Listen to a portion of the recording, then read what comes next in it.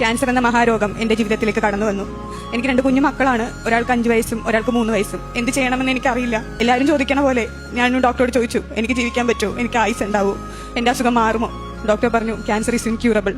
ഞാൻ എന്റെ 2 മക്കളെയും സ്കൂളിൽ കൊണ്ടാക്കിയിട്ട് ടീച്ചറിനോട് പറഞ്ഞു, എനിക്കിനി എന്താ ചെയ്യേണ്ടതെന്ന് അറിയില്ല, എന്റെ മക്കളെ ഞാൻ ഏൽപ്പിക്കുകയാണ്, എന്റെ മക്കളെ നോക്കിക്കൊള്ളണം, ഞാനില്ലെങ്കിലും അവരെ നന്നായിട്ട് നോക്കിക്കൊള്ളണം, എന്തുണ്ടെങ്കിലും എന്റെ അച്ഛനോട് പറഞ്ഞോളൂ, അച്ഛൻ വരും, എനിക്കിനി വരാൻ പറ്റുമോ എന്നറിയില്ല എന്ന് പറഞ്ഞ് ഞാൻ കരയാണ്. മിസ് പറഞ്ഞു എന്റെ കൂടെ ഒന്ന് കൃപാസനം വരെ വരാവോ, മിസ് ഉടമ്പടി എടുത്താണ്, മിസ്സിന് അത്ര വിശ്വാസമാണ് എന്ന് പറഞ്ഞു. എല്ലാം പോയി, എല്ലാം തീർന്നിരിക്കുന്ന നിമിഷം ഞാൻ എവിടെ വേണമെങ്കിലും വരാം മിസ്സേ, എനിക്ക് കുഴപ്പമില്ല എന്ന് പറഞ്ഞു. പക്ഷെ മിസ് എനിക്ക് നടക്കാനൊന്നും വയ്യ, കാലിൽ നീരാണ്, ശ്വാസം മുട്ടാണ്, ഒരു സ്റ്റെപ്പ് പോലും കയറാൻ പറ്റത്തില്ല, എനിക്ക് വരാൻ പറ്റുമോ എന്ന് പറഞ്ഞു. മിസ് പറഞ്ഞു ഞാൻ കൊണ്ടുപോയിക്കോളാം, ഒന്ന് എന്റെ കൂടെ വന്നാൽ മതി എന്ന് പറഞ്ഞു. വരുമ്പോൾ നീര് കൂടും, എനിക്ക് ഇറങ്ങാൻ പറ്റത്തില്ല.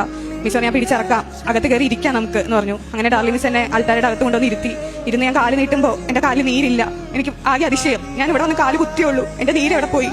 എനിക്ക് ഉറങ്ങാൻ പറ്റുന്നില്ല. ഒരു ദിവസമെങ്കിലും എനിക്ക് ഉറങ്ങണം മാതാവേ സമാധാനത്തോടെ, എനിക്ക് വേദന സഹിക്കാൻ പറ്റുന്നില്ല മാതാവേ, എന്റെ കൂടെ ഉണ്ടായിരിക്കണം എന്ന് പ്രാർത്ഥിച്ചു. അന്ന് രാത്രി ഞാൻ കണ്ണ് പയ്യെ തുറന്നപ്പോ എന്റെ വാതിലിന്റെ അവിടെ ഈ മാതാവ്, ഈ ഗ്രേ കളറുള്ള മാതാവ് നിൽക്കാണ്. അപ്പൊ ഞാൻ ഓർത്തു ലൈറ്റ് അടിക്കുന്നതാണോ ജനലിന്ന് കർട്ടനൊക്കെ ഇന്ന് മാറി കിടക്കണ്ടോ നോക്കി, കർട്ടനൊന്നും മാറിയിട്ടില്ല, മാതാവ് അവിടെ നിൽക്കാണ്. ഞാൻ കണ്ണൊന്നും കൂടി ചിമ്മി നോക്കി, മാതാവ് തന്നെയാണോ നോക്കി, മാതാവ്. അപ്പൊ എനിക്ക് മാതാവ് ഉണ്ടല്ലേ കൂടെ, അപ്പൊ എനിക്ക് ഇനി പേടിക്കണ്ട, എന്റെ മക്കളൊക്കെ നോക്കിക്കോളും, എനിക്ക് പേടിയില്ല എന്ന് പറഞ്ഞു.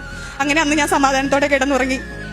അങ്ങനെ ഇന്ന് എന്റെ എല്ലാ ടെസ്റ്റുകളും നെഗറ്റീവാണ്. എനിക്ക് ഒരു ടെസ്റ്റ് പോലും പോസിറ്റീവ് ആയിട്ടില്ല. ഓരോ ടെസ്റ്റിന് പോകുമ്പോഴും ഞാൻ തൈലം കുരിശ് വരച്ച് വിശ്വാസ പ്രമാണം ചൊല്ലും. ഞാൻ ഒരു അക്രൈസ്തവയാണ്.